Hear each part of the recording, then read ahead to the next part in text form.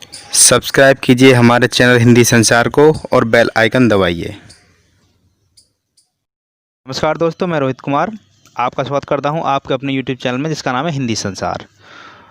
तो हम आज लेकर आए हैं हिंदी के महत्वपूर्ण 30 प्रश्न जो यूपी टेट परीक्षा, जो कोई भी स्टेट परीक्षा है उसमें पूछे जा सकते हैं, बहुत ही महत्वपूर्ण है। चलिए वीडियो को शुरू करते हैं। पहला प्रश्न है कि देखते हैं, निरामिष किसे कहते हैं। प्रश्न है, निरामिष किसे कहते हैं। मांस रहित भोजन, मोक्ष की इच्छुक, रात्रि में विचरण करने वाला या मृत्यु का इच्छुक। तो आपको बताना है कि निरामिष किसे कहते हैं। आशा करता हूँ आपने उत्तर लगा लिया होगा। तो निरामिष कहते हैं मांस रहित भोजन। ऑप्शन नंबर ए सही है। प्रश्न नंबर आगे है, शहद शब्द है, जो शहद है वो किस भाषा का शब्द है। तत्सम शब्द है, तद्भव शब्द है, विदेशज शब्द है या आगत शब्द है। तो आपको बताना है कि शहद कैसा शब्द है। तो आशा करते हैं आपने उत्तर लगा लिया होगा। जो शहद शब्द है वो हमारा आगत शब्द है। अब आगत शब्द है तो कहाँ से लिया गया है। ये जो शहद है वो अरबी भाषा से लिया गया है, अरबी भाषा से लिया गया है। आप इसको याद रखिएगा। आगे चलते हैं। वनिता का प्रयोग किस अर्थ में होता है। आपको बताना है कि वनिता का प्रयोग किस अर्थ में होता है। जंगल, स्त्री, पुस्तक या व्यवसायी। तो आपको बताना है कि वनिता का प्रयोग किस अर्थ में होता है। तो वनिता का प्रयोग होता है स्त्री के रूप में। ऑप्शन नंबर बी सही है। यहाँ चलते हैं आगे प्रश्न की ओर। मुकुंद किसका पर्यायवाची शब्द है। तो आपको बताना है कि मुकुंद किसका पर्यायवाची शब्द है। विष्णु, शिव, सूर्य या कामदेव। तो आपको बताना है कि मुकुंद किसका पर्यायवाची शब्द है। तो आशा करता हूँ आपने उत्तर लगा लिया होगा। उत्तर सही है, विष्णु। जो मुकुंद है वो विष्णु के लिए प्रयोग किया जाता है। आगे चलते हैं। काहेरी नलनी तू कुम्हालानी, तेरे ही नाली सरोवर पानी। तो आपको बताना है कि ये जो पंक्ति है वो किसने लिखी है, यानी इसके रचनाकार कौन है। जायसी, रैदास, कबीर या दादू। तो आपको बताना है कि यह पंक्ति किसकी है। आशा करता हूँ आपने उत्तर लगा लिया होगा। तो इस पंक्ति के रचयिता हैं कबीरदास जी। ऑप्शन नंबर सी सही है। आगे चलते हैं। आचार्य रामचंद्र शुक्ल का निबंध संग्रह है। इस तरह के प्रश्न बहुत ही महत्वपूर्ण होते हैं, जो जिसमें निबंध संग्रह हो, यानी किसी की रचना पूछी गई हो या किसी सन को लेकर कोई प्रश्न आया हो, वो प्रश्न बहुत ही ज़्यादा महत्वपूर्ण होते हैं। तो आचार्य रामचंद्र शुक्ल का निबंध संग्रह है। तो आपको बताना है माटी का फूल, चिंतामणि, क्षण बोले कण मुस्काए या आलोक पर्व। तो आपको बताना है। तो आशा करता हूँ आपने उत्तर लगा लिया होगा। तो इसका सही उत्तर है ऑप्शन नंबर बी, चिंतामणि। आगे चलते हैं।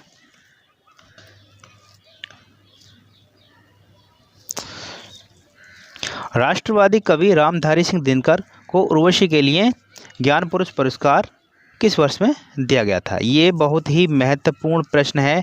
इस तरह के जो प्रश्न होते हैं वो बहुत ही महत्वपूर्ण होते हैं। 1971, 1972, 1973 या 1974। आपको बताना है कि कब मिला पुरस्कार। तो इसका सही उत्तर है 1972 यानी 1972। प्रश्न नंबर आगे। अर्धस्वर है। आपको बताना है कि अर्धस्वर है या व, ई, उ, री, र, री या श। आपको बताना है कि अर्धस्वर इनमें से कौन सा है। तो इनमें से अर्धस्वर है ऑप्शन नंबर ए, या और वा। आगे चलते हैं प्रश्न नंबर 39 की ओर। चोर की दाढ़ी में तिनका मुहावरे का सही अर्थ है। तो आपको बताना है कि क्या सही अर्थ है। अपराधी का अपनी दाढ़ी खुजलाना, अपराधी का शंकाग्रस्त रहना, अपराधी की पहचान हो जाना, या अपराधी का अपनी पहचान छुपाना। तो आपको बताना है कि क्या है इसका सही उत्तर। तो आशा करते हैं आपने उत्तर लगा लिया होगा। ऑप्शन नंबर बी, अपराधी का शंकाग्रस्त रहना। ऑप्शन नंबर बी इसका सही उत्तर है। आगे चलते हैं। चलिए देखते हैं। एक बार कही बात को दोहराते रहना, जो एक बार बात कह देते हैं उसको ही दोहराते रहने के लिए वाक्यांश के लिए प्रयुक्त शब्द कौन सा हो सकता है, आपको बताना है। आगार, प्रकथन, पृष्ठापेषण या प्रस्तावना, आपको बताना है। तो इसका ऑप्शन नंबर सी सही है। आगे चलते हैं। आपको बताना है बुद्धिहीन शब्द व्याकरण की दृष्टि से किस संवर्ग में आता है। तो आपको बताना है कि बुद्धिहीन किस प्रकार का शब्द है व्याकरण की दृष्टि से। संज्ञा, सर्वनाम, विशेषण या क्रिया। तो आपको बताना है। तो बुद्धिहीन जो शब्द है वो हमारा विशेषण है। आगे देखते हैं। छत से ईंट गिरी वाक्य में कौन सा कारक है। आपको बताना है कि छत से ईंट गिरी वाक्य में कौन सा कारक है। तो आशा करते हैं आपने उत्तर लगा लिया होगा। छत से ईंट गिरी का है अपादान कारक। ऑप्शन नंबर ए सही है। यानी अपादान कारक छत गिरना यानी अलग होना, यानी छत से ईंट गिर गई है तो छत से वो ईंट अलग हो गई है, तो जहाँ अलग का भाव आता है वह हमारा अपादान कारक होता है। आगे देखते हैं। महोर्मी शब्द में संधि विच्छेद क्या है, या सही संधि विच्छेद कौन सा है, आपको बताना है। महत प्लस उर्मी, महा प्लस उर्मी, महा प्लस ऊर्मी, महत प्लस मर्मी। तो आपको बताना है। तो इसका सही उत्तर है ऑप्शन नंबर सी, महा प्लस ऊर्मी। तो यहाँ जो महा प्लस ऊर्मी में जो संधि बनी है वो हमारी गुण संधि है। आगे देखते हैं। समष्टि का विपरीतार्थी शब्द है, जो विलोम शब्द आपको बताना है समष्टि का। तो विशिष्ट, अशिष्ट, अपुष्टि या व्यष्टि, आपको बताना है समष्टि का विपरीत शब्द। तो इसका जो सही उत्तर है वो है व्यष्टि। ऑप्शन नंबर डी, व्यष्टि। आगे देखते हैं प्रश्न नंबर 45। करपट का तद्भव रूप है। आपको बताना है कि करपट का क्या तद्भव रूप है। कपट, कारपेट, कपूर या कपड़ा। आपको बताना है कि इसका सही उत्तर क्या है। तो इसका सही उत्तर है कपड़ा। ऑप्शन नंबर डी सही है। आगे देखते हैं।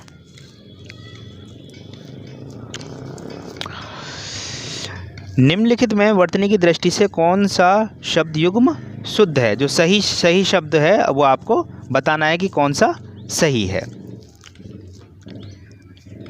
ध्यान से देखिएगा और बताइएगा।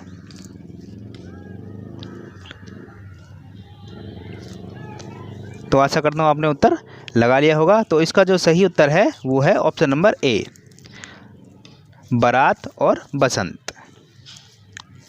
आगे चलते हैं प्रश्न नंबर 47 की ओर। तो आपको इन पंक्तियों को पढ़ना है ध्यान से और आपको इनमें रस बताना है कि इनमें कौन सा रस है। तो आशा करते हैं आपने उत्तर लगा लिया होगा। तो इसमें जो रस है वो ऑप्शन नंबर ए, रौद्र रस है। रौद्र रस। अब रौद्र रस है तो इसका स्थायी भाव क्या होगा। तो इस रौद्र रस का जो स्थायी भाव होता है वो होता है हमारा क्रोध। कभी भी परीक्षाओं में पूछा जा सकता है, बहुत ही महत्वपूर्ण है। तो क्या है कि तो ये आपको याद रखना है। आगे चलते हैं आगे प्रश्न की ओर। प्रश्न नंबर 48। तो इसमें आपको बहुत ही फेमस पंक्तियां हैं, आपको ये पढ़नी है और इनमें बताना है कि ये इनका छंद क्या है। तो आशा करते हैं आपने पढ़ ली होंगी। तो इसका जो सही उत्तर है वो है ऑप्शन नंबर ए, दोहा। बहुत ही बहुत ही महत्वपूर्ण ये लाइन है, जो संकट मोचन होता है, जो भगवान श्री हनुमान जी के लिए गाए जाते हैं, वो हैं ये हमारे दोहा है। अब दोहा की क्या होता है कि दोहे में कुल 24 मात्राएं होती हैं और पहले और तीसरे चरण में हमारी 13 मात्राएं, बहुत ही महत्वपूर्ण है, याद रखिएगा। और दूसरे और चौथे चरण में हमारी 11 मात्राएं होती हैं। जहां ऐसा योग मिलता है वहां हमारा दोहा होता है, याद रखिएगा ये हमारा। आगे चलते हैं आगे प्रश्न की ओर। वाक्य शुद्ध है। इन आप 4 वाक्यों को पढ़िएगा और बताइएगा इनमें से कौन सा वाक्य शुद्ध है। तो आशा करते हैं आपने उत्तर लगा लिया होगा। तो इसका जो ऑप्शन नंबर सी बिल्कुल सही है, मोहन और गीता गा रहे हैं। तो कैसे सही है देखिएगा, यदि भिन्न लिंग तथा समान वचन के कर्ता आपस में हों, लिंग भी अलग हो और कर्ता समान हो, आपस में जुड़े हुए हों, तो वहाँ जो क्रिया होती है वो हमारे हमेशा बहुवचन की होती है। ये एक नियम होता है, ये आप इसको याद रखिएगा। कैसे कि जो इनके जो जेंडर होंगे, जो लिंग होंगे, वो तो अलग अलग होंगे। यहाँ ये मेल है यानी ये पुरुष है, और यहाँ फीमेल है, यहाँ ये स्त्रीलिंग है।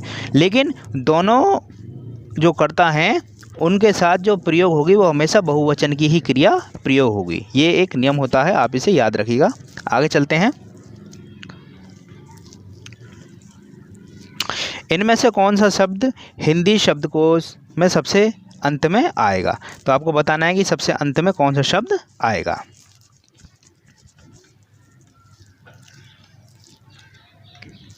तो आशा करते हैं आपने उत्तर लगा लिया होगा। तो ऑप्शन नंबर ए इसका सही आंसर है। आगे चलते हैं प्रश्न नंबर 51 की ओर। चराचरम यानी जगत में कौन सा समास है, आपको बताना है कि चराचरम में कौन सा समास है। तत्पुरुष, द्वंद्व, बहुब्रीहि या कर्मधारय, आपको बताना है कि कौन सा समास इसमें है। तो आपने उत्तर लगा लिया होगा। यहाँ चराचरम में जो बनेगा वो द्वंद्व समास बनेगा। यानी कैसे बनेगा, यहाँ चर और अचर के बारे में बात कही गई है। चर और अचर बहुत ही महत्वपूर्ण प्रश्न है, परीक्षा की दृष्टि से पूछा जा सकता है। आगे देखते हैं प्रश्न नंबर 52 52। अभ्यागत शब्द में कौन सा उपसर्ग है। इस तरह के प्रश्न बहुत ही परीक्षाओं में पूछे जाते हैं, बहुत ही महत्वपूर्ण प्रश्न होते हैं ये। हम इसी तरीके से सीरीज बहुत महत्वपूर्ण आपको लाते रहेंगे। तो आपको बताना है कि अभ्यागत में कौन सा उपसर्ग है। तो आशा करते हैं आपने उत्तर लगा लिया होगा। तो ऑप्शन नंबर सी, अभी प्लस आगत, तो यहाँ ऑप्शन नंबर सी सही है। आगे देखते हैं प्रश्न नंबर 53 यानी 53। रमणीय में कौन सा प्रत्यय है। बहुत ही महत्वपूर्ण प्रश्न है, आप ऐसे प्रश्न याद रखिएगा, परीक्षा में बिल्कुल पूछ लिया जाता है। बहुत ही ज़्यादा महत्वपूर्ण प्रश्न है ये। रमणीय में कौन सा प्रत्यय है। तो आपको बताना है अनियर प्रत्यय, ईय प्रत्यय, रम प्रत्यय, ईय प्रत्यय। तो आशा करते हैं आपने उत्तर लगा लिया होगा। ऑप्शन नंबर ए अनियर प्रत्यय इसका सही उत्तर है। और बहुत ही, मैं फिर कह रहा हूँ, बहुत ही महत्वपूर्ण प्रश्न है ये। आगे देखते हैं। ये वाक्य किसने कहा है, आपको बताना है। बालक की प्रारंभिक शिक्षा उसकी मातृभाषा में दी जानी चाहिए। ये बात किसने कही है। मौर्य मोंटेसरी, महात्मा गांधी जी, फ्रोवेल और किलपैट्रिक। आपको ये बताना है कि ये बात किसने कही है। तो आशा करते हैं आपने उत्तर लगा लिया होगा। तो इसका सही उत्तर है हमारे महात्मा गांधी जी ने। तो ये बात महात्मा गांधी जी ने कही है। आगे चलते हैं।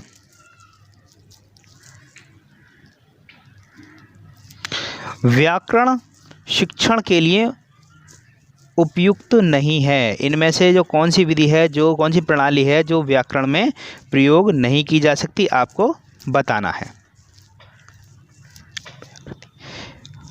तो आशा करते हैं आपने उत्तर लगा लिया होगा। तो इसमें जो डी ऑप्शन कक्षा अभिनय है वो प्रणाली व्याकरण के लिए प्रयोग नहीं की जा सकती। व्याकरण के लिए बाकी ये प्रणाली आगमन विधि, निगमन विधि, अव्याकृति प्रणाली, ये सारी प्रयोग की जा सकती हैं। लेकिन जो अभिनय है यानी जो नाटक के रूप में जो हम एक्ट करके या कोई भी एक रोल करके जो बता सकते हैं, वो कभी भी जो व्याकरण को हम इस तरीके से नहीं समझा सकते। तो ये बात याद रखिएगा। प्रश्न नंबर आगे 56। तो आपको बताना है आनंद कादम्बिनी पत्रिका का प्रकाशन कहाँ से होता है। बहुत ही महत्वपूर्ण प्रश्न है। इस तरह के प्रश्न बहुत ही ज़्यादा महत्वपूर्ण होते हैं, आप याद रखिएगा। तो बताना है। तो इसका जो सही उत्तर है वो है ऑप्शन नंबर बी, मिर्ज़ापुर। आगे चलते हैं। आदिकाल की रचना है। इनमें से क्या है आदिकाल की रचना, आपको बताना है।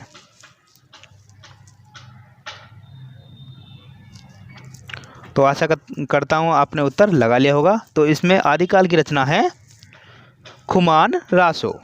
जो ऑप्शन नंबर डी है वो आपका सही है। तो इसमें जो बाकी जो रचनाएं हैं वो कैसी हैं। अखरावट जो रचना है वो हमारी मलिक मोहम्मद जायसी जी ने लिखी है। बहुत ही है, मैं इनके बारे में बता देता हूँ। जायसी जी ने लिखी है और ये जो है ये भक्ति काल की हमारी रचना है। दूसरी है छत्रसाल दशक। जो छत्रसाल दशक है ये हमारी भूषण जी ने लिखी है। और ये जो रचना है ये हमारी रीति काल की रचना है। बहुत ही महत्वपूर्ण है, ये चीज़ आप याद रखिएगा। आगे जो हमारी दीप शिखा है ये हमारी महादेवी वर्मा जी ने लिखी है, महादेवी वर्मा जी ने। और ये जो है ये हमारे आधुनिक काल की जो रचना है, आधुनिक काल की। तो अब चलते हैं प्रश्न नंबर आगे की ओर। प्रश्न नंबर 58। हिंदी गद्य शिक्षण की पाठ्य योजना में उद्देश्य कथन आता है, यानी कहाँ आता है आपको ये बताना है। कहाँ आता है, पूर्व ज्ञान के पश्चात, प्रस्तावना प्रश्न के पश्चात, आदर्श वाचन के पश्चात या मौन वाचन से पहले, आपको बताना है।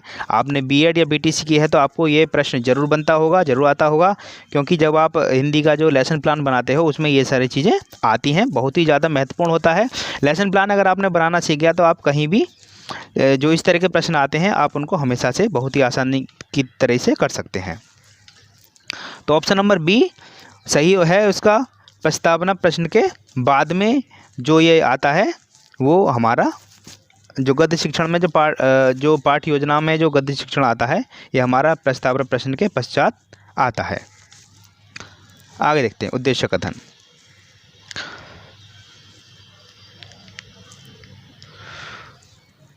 प्रश्न नंबर 59। शब्द का अर्थ स्पष्ट करने हेतु कौन सा तरीका सबसे अधिक उपयोगी है। आपको बताना है कि किसी भी शब्द को अगर हम बच्चे को समझाना चाहेंगे तो सबसे इनमें से सबसे जो महत्वपूर्ण जो तरीका है वो कौन सा हो सकता है, आपको बताना है। वाक्य प्रयोग, व्याख्यान, भ्रमण या चित्र निर्माण। तो आपको बताना है कि किसी भी शब्द को बच्चे को समझाने के लिए कौन सा तरीका सबसे अच्छा हो सकता है। तो इसका ऑप्शन है ऑप्शन नंबर ए, वाक्य प्रयोग। इसमें होता क्या है कि हम बच्चे को कोई भी प्रश्न कोई भी एक शब्द दे दे, जैसे कि घर। हम उससे बोलते हैं कि बच्चों आपको जो है घर से जो संबंधित 5 से 7 शब्द वाक्य बनाने हैं। तो छात्र जो खुद शब्द को ग्रहण करेगा और उसमें जो 5 से 6 वाक्य उसको भली भांति बना देगा। तो यहाँ जो सबसे महत्वपूर्ण जो अर्थ को स्पष्ट करने का तरीका वो हमारा वाक्य ही प्रयोग है। आगे चलते हैं लास्ट प्रश्न की ओर, भाषा शिक्षण की पद्धति नहीं है। इनमें से जो भाषा शिक्षण की पद्धति कौन सी नहीं है, आपको बताना है। आपके ये ऑप्शन ये रहे चारों। आशा करता हूँ आपने उत्तर लगा लिया होगा। तो इसका उत्तर है option number C. Option number C आपका इसका सही उत्तर है। तो आशा करता हूँ कि आपको ये हमारी सीरीज पसंद आई होगी। तो इसी तरीके से